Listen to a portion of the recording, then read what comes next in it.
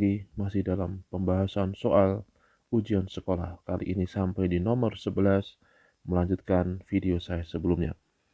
Nomor 11 adalah materi tentang fungsi kuadrat. Di sini ditanyakan persamaan fungsi kuadrat yang diketahui titik potong sumbu X.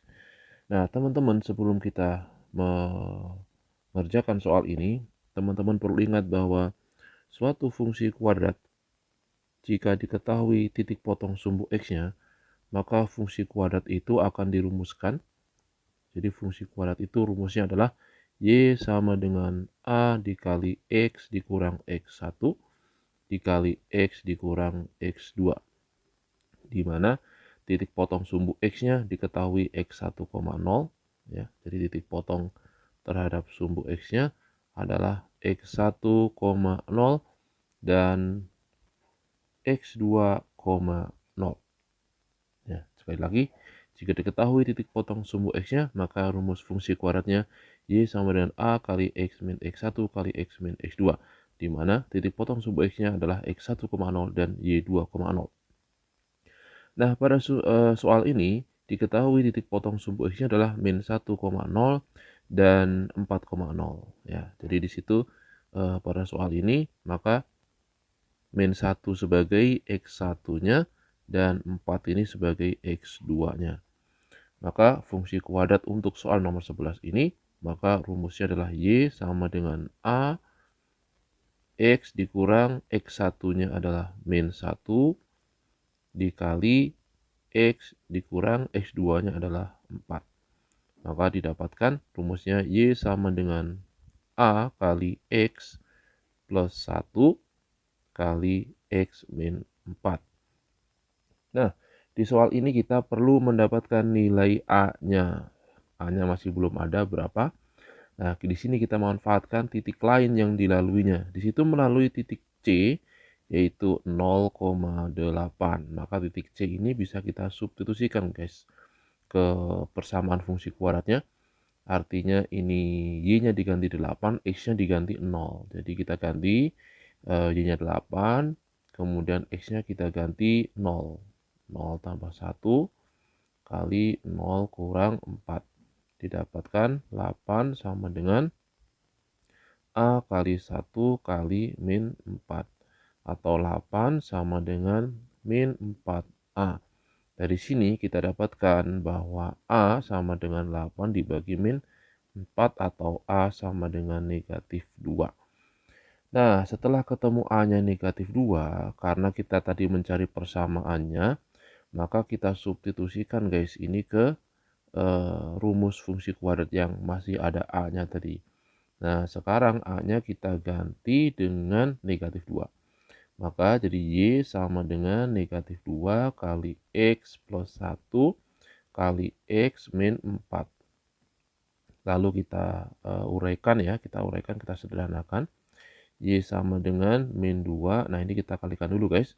Jadinya X kuadrat min 3X min 4. Nanti gitu ya hasil kalinya. Dikali pelangi gitu, guys. Nah, jadi didapatkan fungsi kuadratnya Y sama dengan min 2X min 2X kuadrat ya. Plus 6X plus 8. Nah, ini adalah fungsi kuadrat yang dimaksud. Selanjutnya, guys, adalah nomor 12. Nomor 12 masih membahas tentang fungsi kuadrat. Kali ini fungsi kuadrat yang akan kita bahas adalah menentukan nilai atau titik maksimum atau minimumnya. Teman-teman, sebelum kita membahas ini, teman-teman perlu ingat juga bahwa fungsi kuadrat itu bentuk umumnya adalah Y sama dengan A X kuadrat ditambah BX ditambah C. Ini adalah bentuk umum dari fungsi kuadrat. Nah, gambar grafiknya, fungsi kuadrat ini ada dua kemungkinan, guys. Ada yang seperti ini, membuka ke atas, jadi bentuknya itu parabola. Parabolanya bisa menghadap ke atas seperti ini. Itu terjadi ketika A-nya itu positif ya. A itu koefisien kuadrat ini positif, maka grafiknya seperti itu. Ada juga kemungkinan yang kedua, grafiknya adalah cekung ke bawah atau seperti ini. Ini terjadi ketika A-nya kurang dari 0 atau negatif. Nah, ketika dia terbuka ke atas seperti ini, maka puncaknya ini adalah puncak terendah, guys. puncaknya ini adalah puncak minimumnya, puncak terendahnya. Sedangkan untuk yang cekung ke bawah, maka puncaknya adalah puncak paling atas, maka ini namanya puncak maksimumnya, gitu. Nah, untuk menentukan koordinat puncak, ya, untuk menentukan koordinat puncaknya, itu bisa dicari dengan rumus X puncaknya itu adalah min B per 2A, sedangkan Y puncaknya adalah min D per 4A guys. Dimana D-nya itu adalah B kuadrat dikurang 4AC. Nah gitu. Atau misalkan sudah diketahui X puncaknya, rumus Y puncaknya ya, itu bisa pakai cara lain ya. Jadi Y puncaknya itu bisa juga pakai rumus Fx puncak ya. Jadi mengganti X-nya pada Fx atau pada Y-nya dengan X puncak yang sudah didapatkan. Atau menjadi begini. Ax puncak kuadrat ditambah B X puncak ditambah C ya. Jadi mengganti X-nya itu dengan X puncak. Bila mana X puncaknya itu sudah diketahui. Jadi boleh ada dua rumus nih guys ya. Bisa rumus pertama atau rumus kedua untuk mencari Y puncaknya. Nah, pada soal ini diketahui bahwa fungsi kuadratnya adalah Y sama dengan 2X kuadrat dikurang 4X ditambah 8. Nah, di sini terlihat ya bahwa 2 itu adalah A-nya, min 4 ini adalah B-nya, dan 8 ini adalah C-nya. Nah, A-nya positif guys, positif 2. Maka jelas nanti grafiknya akan menghadap ke atas seperti ini. Ya, maka puncaknya di sini namanya puncak minimum. Jadi jawabannya itu tidak mungkin maksimum guys. Jadi yang B sama yang D itu pasti salah. Ya, yang B sama yang D pasti salah. Maka puncaknya puncak minimum karena grafiknya menghadap ke atas. Nah, kita tentukan saja berapakah X puncaknya. X puncaknya rumusnya adalah min B per 2A tadi guys ya. Sama dengan min dari min 4 dibagi 2 kali 2. Ya, jadi dapatnya ini adalah 4 dibagi 4, 1 ya guys. Jadi X puncaknya 1. Oke, selanjutnya kita tentukan juga Y puncaknya. Nah, Y puncaknya ini kebetulan sudah dapat ya, X puncaknya itu 1. Maka Y puncaknya tinggal substitusi aja ya, substitusi aja ke rumus Y-nya tadi.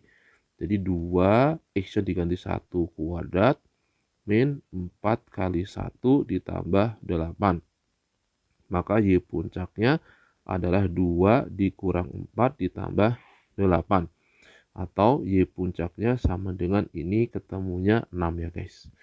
Oke, jadi X puncak sudah ketemu, Y puncak juga sudah kita dapatkan. Jadi nama puncaknya nanti adalah puncak yang minimum dengan koordinat puncaknya adalah 1,6.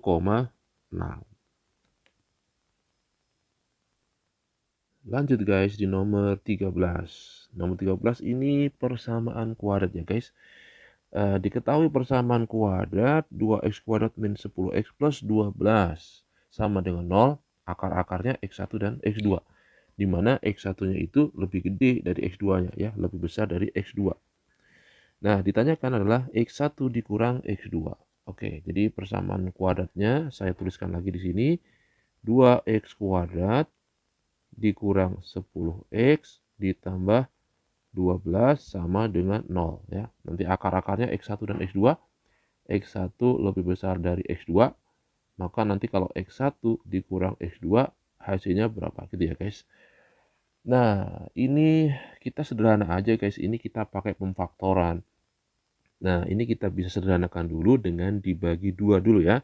Bagi 2 semuanya jadi x kuadrat dikurang 5x ini dibagi 2 jadi plus 6 guys gitu. Nah, kita menggunakan metode pemfaktoran aja. Nah, kita faktorkan ya, kita jadikan perkalian seperti ini. Caranya adalah kamu cari dua bilangan yang kalau dikali menghasilkan 6. Kalau dikali menghasilkan 6, kalau ditambah menghasilkan 5. Ya, maka bilangan itu adalah 3 sama 2. Betul sekali ya. Bilangan yang dikali 6, tapi kalau ditambahkan 5 adalah 3 sama bilangan yang dikalikan 6 kalau ditambahkan 5, bilangannya adalah 3 sama 2. Dan bilangan ini yang terbesar adalah 3. yang terbesar ikut tanda yang kiri, maka min. Tanda yang kirinya min. Terus min yang ini dikali dengan plus yang ini. Min kali plus adalah min, maka taruh di sebelah kanan sini. Maka didapatkan faktornya X min 3 kali X min 2. Kalau dicari akar-akarnya, maka artinya X min 3 itu disama dengan 0 guys. Lalu ketemulah X-nya itu sama dengan 3. Lalu di sisi yang kedua, X min 2 ini juga disama dengan 0 juga. Maka X-nya ketemunya 2. Nah, ini adalah akar-akarnya guys. Nah, siapa yang menjadi X1 dan X2? Kita ingat kembali syarat yang tertulis di soalnya. X1 lebih besar dari X2, maka X1-nya adalah 3 dan X2-nya adalah yang 2. Maka pertanyaannya sudah bisa kita jawab sekarang. X1 dikurang X2, maka artinya kita mengurangkan 3 dengan 2 dan hasilnya adalah 1. Next ya guys, di nomor 14. Nah, di nomor 14 ini guys, kita akan membahas tentang matriks guys. Di sini ada matriks A, ada matriks B, ditanyakan AB. AB itu perkalian ya, artinya perkalian antara matriks A dengan matriks B. Nah guys, perlu kita ingat bahwa bagaimana cara mengalihkan sebuah matriks. Misalkan ada matriks A ini misalkan saya tulis dulu dengan bentuk umumnya ya. Misalkan saja matriks A itu adalah A, B, C, D ya. Kemudian matriks B-nya adalah misalkan saja P, Q, R, S. Nah, bagaimanakah cara mengalihkan antara matriks A dengan matriks B, guys? Ini cukup mudah ya, guys. Saya biasa menggunakan istilah baskom. Ya, baskom gitu ya. Artinya apa? Baris kali kolom. Baris kalikan dengan kolom. Saya singkat menjadi baskom. Nah, gitu ya.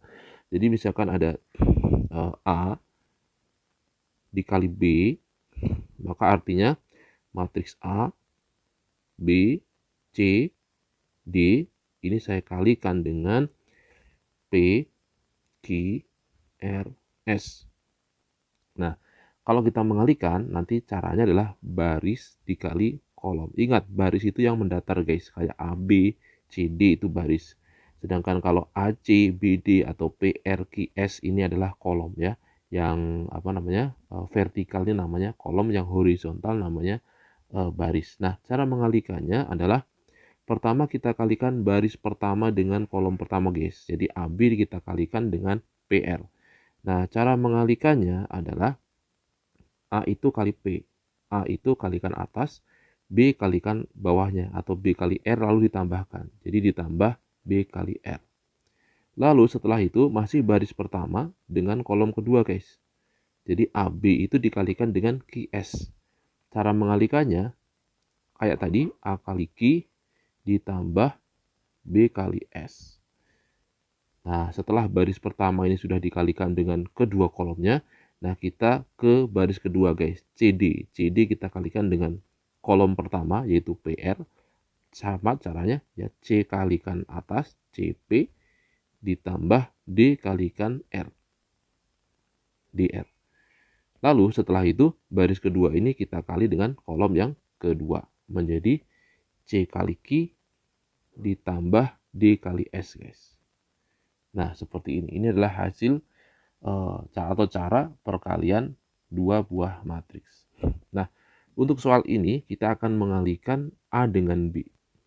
Langsung saja A kali B, di mana A-nya adalah 5, 2, 1, 0 dikalikan dengan 7, 3, 6, dan 4. Maka perkaliannya tadi ya, kita pisahkan sebelah kiri baris, sebelah kanan kolom. Nah, kita kalikan menjadi bagaimana? Ya, menjadi seperti ini guys. Baris pertama kali kolom pertama, 5 kali 7. Ditambah 2 kalikan bawah, 2 kali 6. Terus baris pertama sekarang dengan kolom yang kedua. 5 kali 3 ditambah 2-nya kalikan 4. 2 kali 4. Oke. Baris pertama ini sudah kita kalikan dengan kedua kolomnya. Sekarang lanjut ke baris kedua. Baris kedua kolom pertama 1 kalikan 7 ditambah 0 kalikan 6. Lanjut, baris kedua, kolom kedua adalah 1 kali 3 ditambah 0 kali 4. Nah, seperti ini guys. Lalu kita hitung saja, ya kita sederhanakan, kita hitung hasilnya. 5 kali 7 itu 35 ditambah 12. Terus kemudian 5 kali 3, 15 ditambah 8. Kemudian yang bawahnya itu 1 kali 7, 7 ditambah 0 dan 3 ditambah 0. Hasil akhirnya bisa kita hitung. 35 tambah 12 adalah 47. 15 ditambah 8 adalah 23. 7 tambah 0, 7.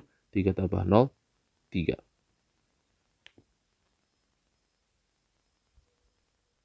Next guys, soal nomor 15. Soal nomor 15 ini berkaitan dengan penjumlahan, kesamaan, dan perkalian matriks dengan skalar. Di sini ditanyakan berapakah konstanta C yang memenuhi dari persamaan ini. Oke teman-teman, di sebelah kiri terdapat penjumlahan matriks dan di sebelah kanannya ada perkalian matriks dengan konstanta 3. Nah teman-teman, untuk menyelesaikan masalah ini di sebelah kiri perlu terlebih dahulu kita jumlahkan matriks ini. Caranya cukup mudah, yaitu dengan menjumlahkan elemen yang seletak ya. Misalkan A akan ditambah dengan 4, lalu 6-nya ditambah dengan yang A plus B, lalu min 1 tambah C plus D, dan seterusnya. Nah, jadi sebelah kiri kita sederhanakan dulu teman-teman dengan menjumlahkan elemen-elemen yang seletaknya.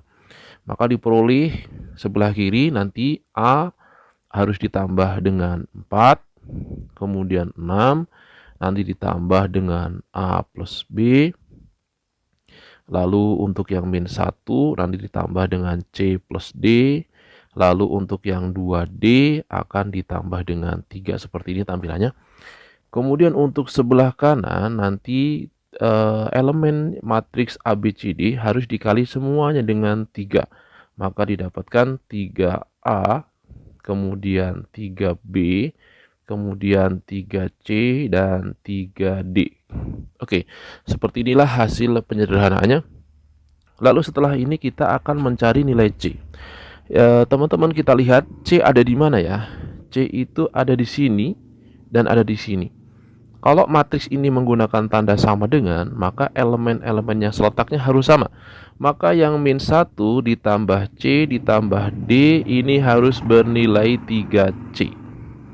Kalau kita pindah ruaskan C-nya, misalkan min 1 ditambah D harus sama dengan 3C dikurang C. Maka min 1 ditambah D sama dengan 2C. Ini yang kita dapat dari penyederhanaannya. Maka dari sini kita tahu bahwa untuk menentukan nilai C harus mengetahui terlebih dahulu berapakah nilai D. Nah, D ada di mana? Ada di sini. Sama dengan 3D. Maka 2D ditambah 3 sama dengan 3D. Nah, kemudian kalau kita pindah ruaskan, 3 sama dengan 3D dikurang 2D. Maka didapat 1D atau D sama dengan 3. Nah, nilai D adalah sama dengan 3. Dengan diketemukannya nilai D, kita bisa menentukan nilai C-nya. Kita substitusikan ke persamaan ini, min 1 ditambah 3 sama dengan 2C. 2 sama dengan 2C, maka C-nya adalah 2 dibagi 2 atau C sama dengan 1 guys.